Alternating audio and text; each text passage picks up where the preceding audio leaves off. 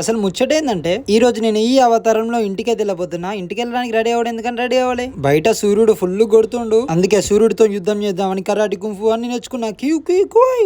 బాబు పక్కెళ్ళాడుకోమ్మా. ఈ బ్యాగ్ లో 3 షర్ట్లు 2 ప్యాంట్ల కన్నా ఎక్కువ లేవు. ఇంత లావు ఎందుకుందంటే మనం మడత పెట్టడానికి కూడా బతుకమే ఇష్టం వచ్చినట్టు కూర్చేసిన. నా బ్యాగే పడవంటే మా ఫ్రెండ్ గారు ఇంకో బ్యాగ్ కూడా తీసుకురమ్మన్నాడు. అచ్చం బుచ్చపని తీరున్నా కదా, ఐ నో ఇట్. ఈ అమీర్పేటలో 1 మీటర్ నుంచి ఇంకో మీటర్ చేంజ్ అవ్వడంటే ధూళి తీరిపోద్ది. జేబీఎస్ లో కర్మేర్ బస్ ఎక్కడింగ్స్.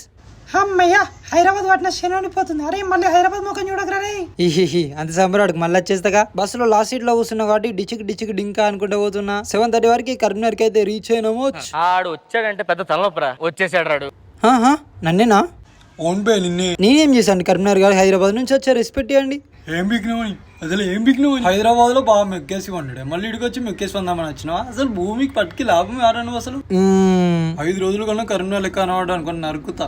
ఓకే, అలా ఇక 8 o'clock వరకు మా ఇంటికి అయితే వచ్చేసిన. నేను అడిగినట్టే 600 సబ్స్క్రైబర్స్ కంప్లీట్ చేసి ఇప్పుడు 700 సబ్స్క్రైబర్స్ కంప్లీట్ అయ్యి. Please bye.